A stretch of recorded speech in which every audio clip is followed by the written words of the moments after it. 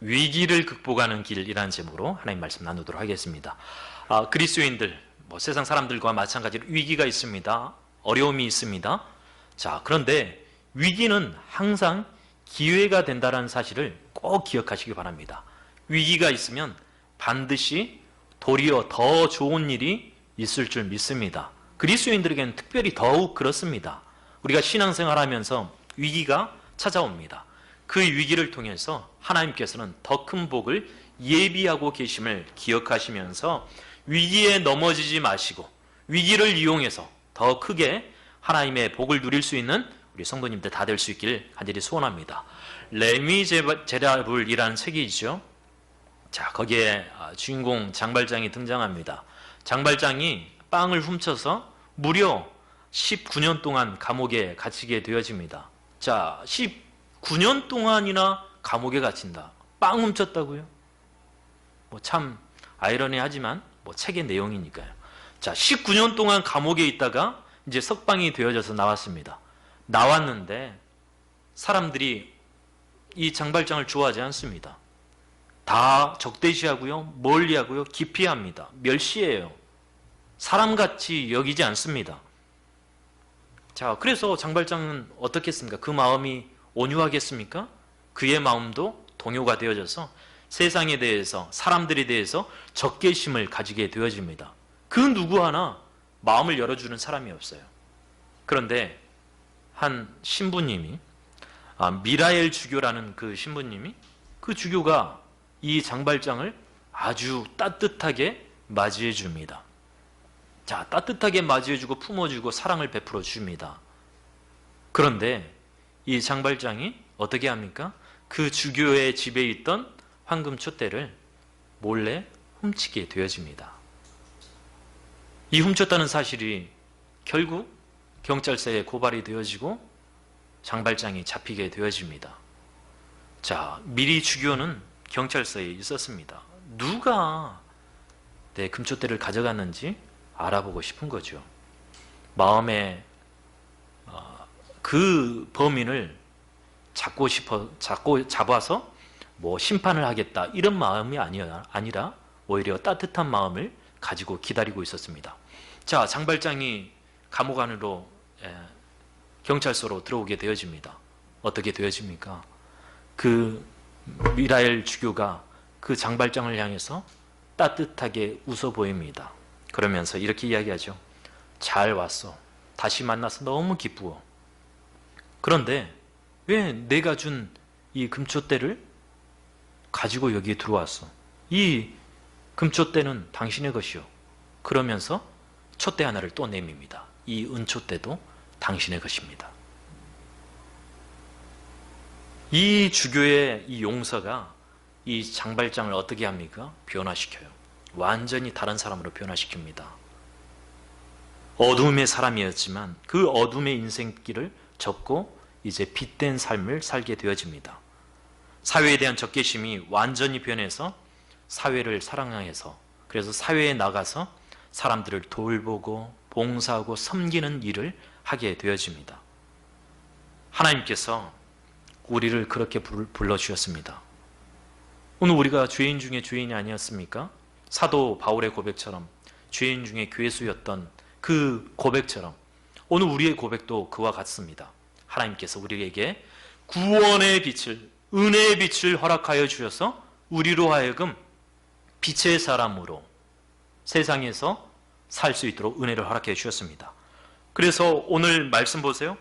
오늘 말씀 7절부터 9절 말씀은 미가 선지자의 기도의 내용입니다. 미가 선지자가 왜 이런 기도를 하냐면 당시의 사회가, 이스라엘 사회가 너무 어두운 거예요. 뿐만 아니라 사람들이 다 변해가고 자신조차도 거기에 변해가는 그 모습을 보면서 하나님 앞에 기도하는 내용입니다. 이스라엘 당시 상황이 이래요. 지도자들이 다 부패했습니다. 앞에서 판사가 판결을 내리는데 굳게 판결을 합니다. 이익을 따라서, 뇌물을 따라서 판결을 하는 거예요. 그러니까 올바로 사회가 돌아갈 수가 없겠죠. 영적인 지도자들은 다 타락했습니다. 앞에서 이끌어도 갈 만한 리더자가 없는 거예요. 왕이라는 사람들 다 타락했습니다. 그 어디에도 빛이 보이지 않습니다. 이랬을 때 미가 선지자가 하나님 앞에 기도하는 내용입니다. 자, 오늘 7절 말씀 보세요. 오직 나는 여호와를 우러러보며 나를 구원하시는 하나님을 바라보나이다. 바라보나니. 미가는 자신의 이스라엘 민족의 그 위기 앞에 하나님 앞에 어떻게 합니까? 하나님 앞에 기도하죠. 나라의 위기는 지금 어떤 위기입니까? 경제적으로 잘못된 위기입니까? 사람들 간의 그런 관계의 문제입니까? 뭐 힘이 없어, 군사적인 힘이 없어 오는 문제입니까? 그렇지 않아요. 어떤 문제입니까? 하나님과의 관계의 문제예요. 하나님과의 관계가 잘못돼서 오는 이 사회에 대한 문제라는 것입니다. 부조리들. 하나님과의 관계가 잘못되니까 사람들의 마음이 다 타락해서 사회의 악한 일들을 벌인다는 겁니다. 하나님을 보지 못하는 거예요.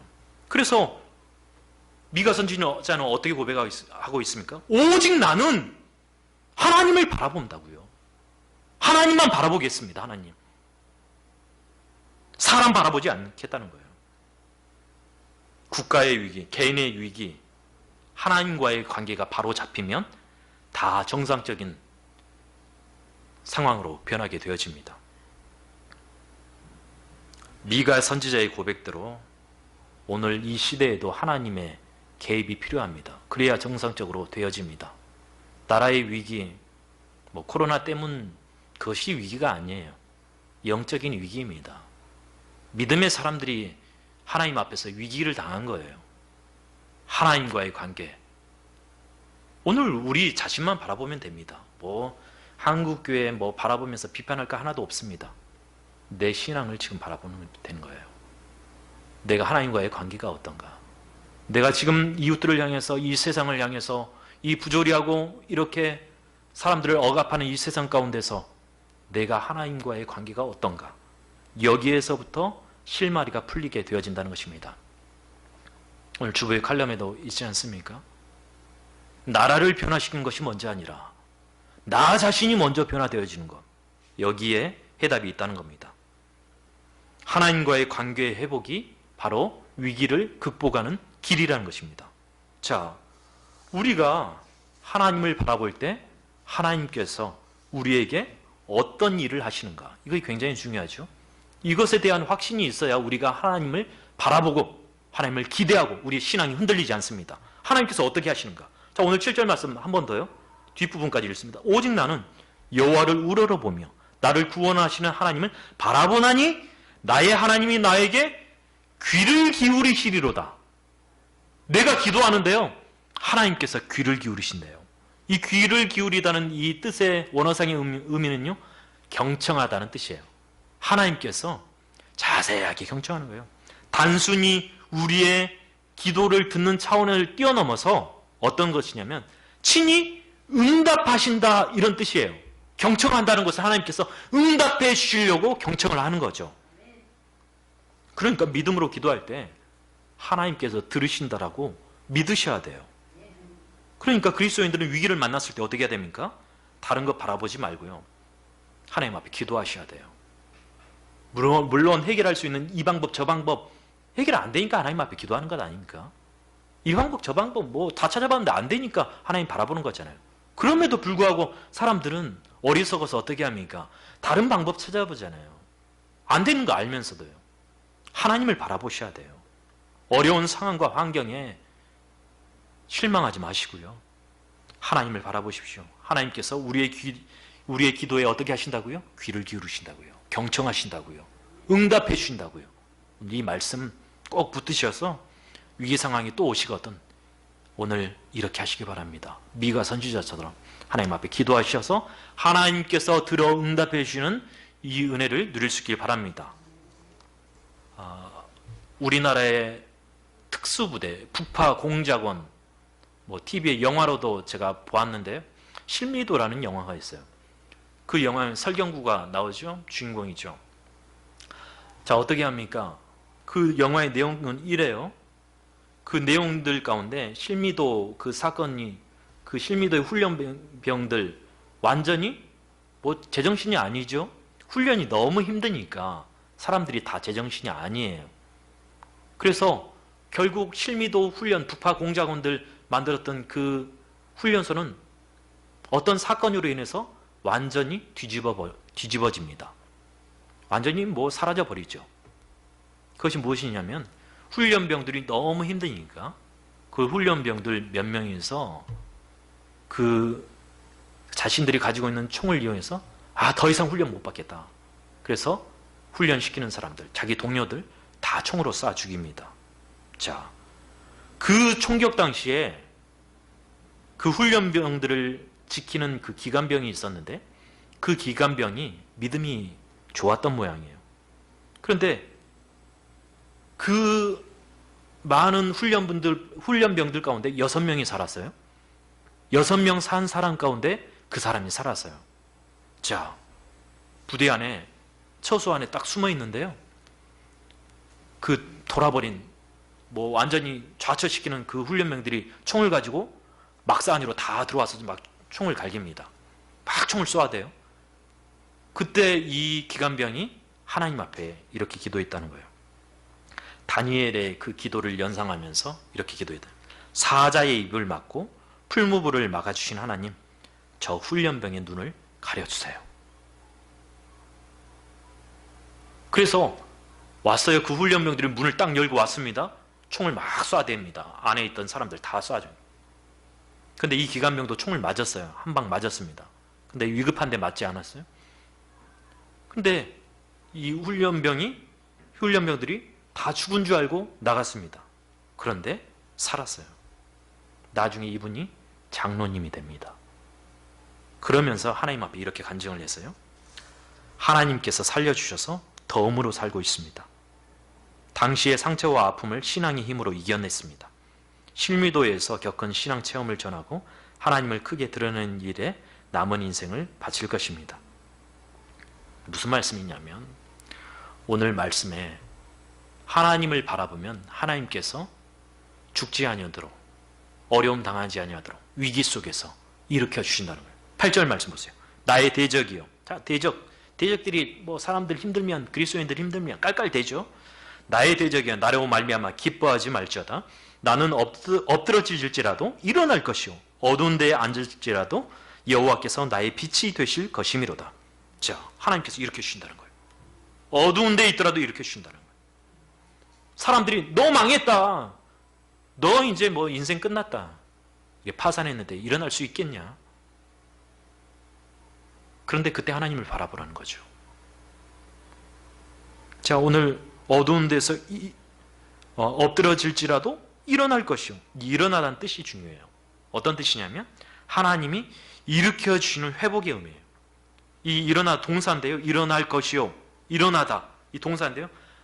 미완료 형태예요. 그러니까 미래의 일을 마치 현재에 완성된 것처럼 이렇게 묘사를 한 거예요. 그러니까 무슨 말씀이냐면 하나님의 계획이 있으셔서 하나님께서 확실하게 이루어질 것에 대한 표현입니다. 자, 그럼 무슨 말씀이냐면 우리가 위기 상황이 오면 하나님께서 도와주셔서 당장 사람들의 눈에는 다 망한 것 같고 못 일어날 것 같고 완전히 좌초된 것 같은데 하나님께서는 계획이 계셔서 어떻게 하신다고요? 어두운 가운데서 넘어질지라도 일으켜 세우신다는 것입니다. 중요한 것은 믿음으로 바라보는 거죠. 다 어두운 깜깜한 세상인데 하나님께서 빛을 비춰줄 것을 미리 믿음의 눈으로 바라보라는 것입니다. 자, 이스라엘 상황이 완전히 좌초된 것 같아요. 지도자들은 다 타락했죠. 백성들도 완전히 그 지도자들 밑에서 굴복하고 어리석은 인생을 살아가고 있어요. 하나님을 찾지 않아요? 완전히 깜깜한 세상이에요. 그런데 하나님께서 빛을 비춰주셔서 일으켜 줄 것에 대해서 믿는 그 믿음을 가지라는 것입니다. 오늘 우리의 인생이 이와 같다는 것입니다. 개개인의 인생이요. 다 좌초된 것 같은데 하나님은 여전히 하나님의 백성에게 뭘 가지고 계셔요? 소망을 가지고 계세요. 소망으로 끝나지 않아요. 그 소망이 이루어진다는 거예요. 하나님의 백성들이 일으켜 세워진다는 거예요. 하나님께 결국 일으켜 세워집니다. 어떻게 하십니까? 자, 하나님께서 이렇게 하신대요. 자, 9절 말씀 보세요. 내가 여호와께 범죄하였으니 그의 진노를 당하려니와 마침내 주께서 나를 위하여 논쟁하시고 심판하시며 주께서 나를 인도하사 광명에 이르게 하시리니 내가 그의 공의를 보리로다. 결국 하나님께서 우리를 인도해 가신다는 거죠. 아무리 절망적인 상황이라도 하나님께서 우리를 향한 심판이 심판으로 끝나지 않는다는 거예요. 일으켜 세우신다는 것입니다. 불가능한 일이 하나님께서, 사람들이 볼 때는 불가능한 일이지만 가능한 일로 하나님께서 이끌어 주신다는 것입니다. 하나님께서 인도하심을 믿으시기 바랍니다. 반드시 인도하십니다. 영국의 여왕 가운데 빅토리아 여왕이 있대요. 이 여왕이 한 번은 지방 행사를 가기 위해서 기관차를 탔습니다. 자, 기차를 타고 막 가는 거예요. 속도 내서 갑니다. 그런데 그 기관사가 여왕을 태웠으니까 얼마나 긴장하겠어요? 자, 긴장하는 가운데 그 기차가 출발을 했습니다. 한참을 갔습니다. 협곡들을 넘고 산을 이렇게 통과합니다. 자, 그러는 가운데 이 기관사가 깜짝 놀라는 일이 벌어졌어요. 무슨 일입니까? 갑자기 앞에서 누가 손을 흔들는 거예요. 아무도 살지 않는 그 협곡 가운데 누가 확 손을 흔든다는 거예요. 그래서 깜짝 놀라서 기차를 세웠습니다. 기차를 세우고 나서 내려서 바라보니까 아무도 없는 거예요. 그러면서 조금 앞으로 또 나아가 봤습니다. 걸어서요.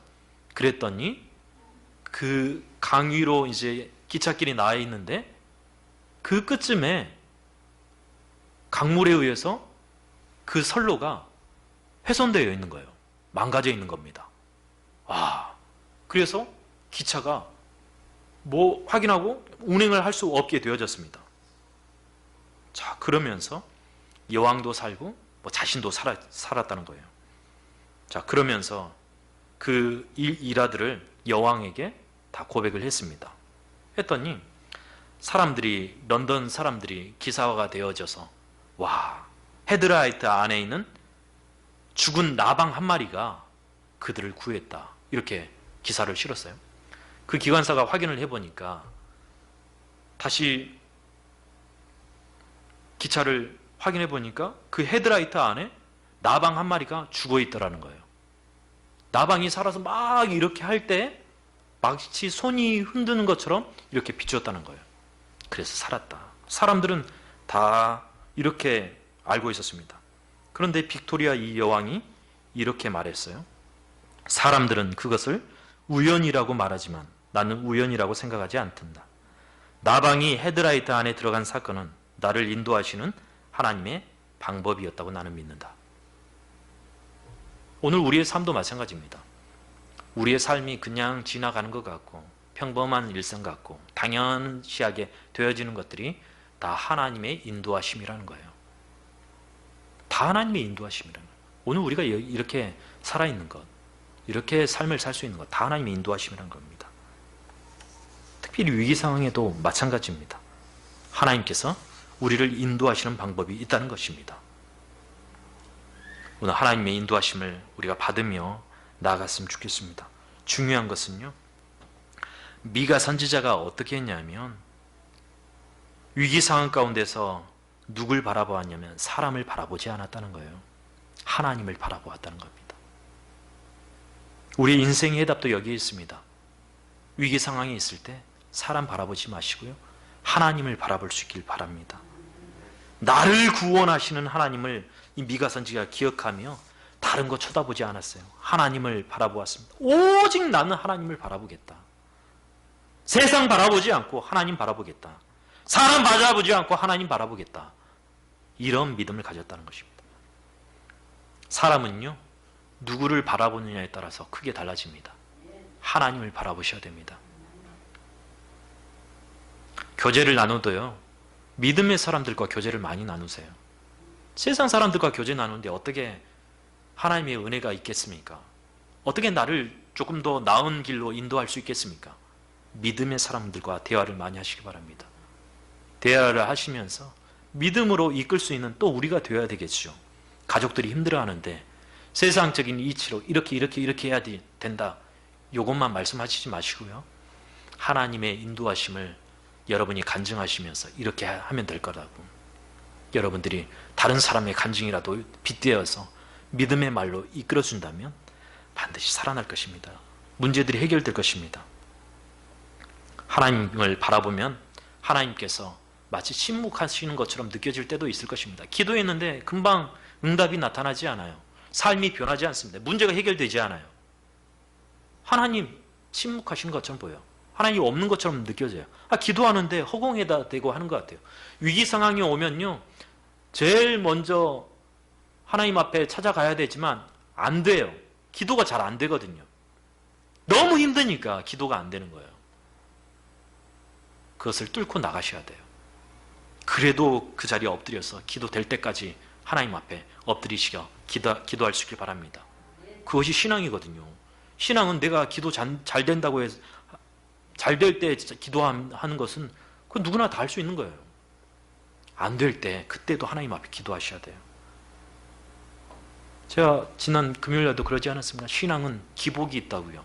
올라갈 상승할 때가 있지만 신앙이 정체되고 떨어질 때가 있다는 거예요. 그러니까 믿음이 없는 건 아닌데 신앙이 조금 낮아질 때가 있다는 거예요. 그때 어떻게 하냐면 하나님을 간절히 찾을 때라는 것입니다. 완전히 놓아버리면 안 돼요. 코로나 위기 때문에 기도생활 잘 안 돼, 말씀생활 잘 안 돼, 은혜생활 잘 안 돼. 완전히 놓아버리면 안 돼요. 몸부림 쳐야 돼요. 몸부림. 위기 상황이 왔는데 몸부림을 쳐야죠. 힘든 상황이 왔는데 몸부림을 쳐야죠. 하나님 붙들고 씨름해야죠. 나라가 완전히 망할 위기에 있는데 기도를 안 해요? 기도해야죠. 어려운데 기도해야죠. 영적인 상황이 안 좋을수록 더욱 기도해야 됩니다. 하나님 바라보십시오. 침묵하시는 것 같지만 하나님께서 일하고 계십니다. 반드시 결정적인 상황 때 하나님께서 전화 위복으로 바꿔주실 것을 믿으시기 바랍니다. 지금부터 기도하십시오. 모든 상황들을 놓고 미리 예방하시면서 기도하십시오. 앞으로 할 일에 대해서 기도하십시오. 여러분의 가정을 놓고 기도하십시오. 여러분의 자녀들이 어리다면 장성에서 어떤 일을 할 것인지 기도하십시오. 아직 시작도 안 했지만 하나님께서 어떻게 이루실지에 대해서 방법들을, 모든 상황들을 미리 가정해 놓고 하나님 앞에 기도하십시오. 하나님 앞에 자꾸 기도하십시오. 그 기도가 헛되지 않습니다. 반드시 이루어집니다. 반드시 하나님께서 그 일들을 행하실 것입니다. 왜요? 하나님께서 우리의 기도 소리를 들으시기 때문에, 귀 기울이시기 때문입니다. 경청하시기 때문이에요. 어떤 상황에도 하나님을 바라보시면서 믿음으로 나아가는 우리 사랑하는 하이사이교회 성도님들 다 될 수 있길 주님의 이름으로 축복드립니다.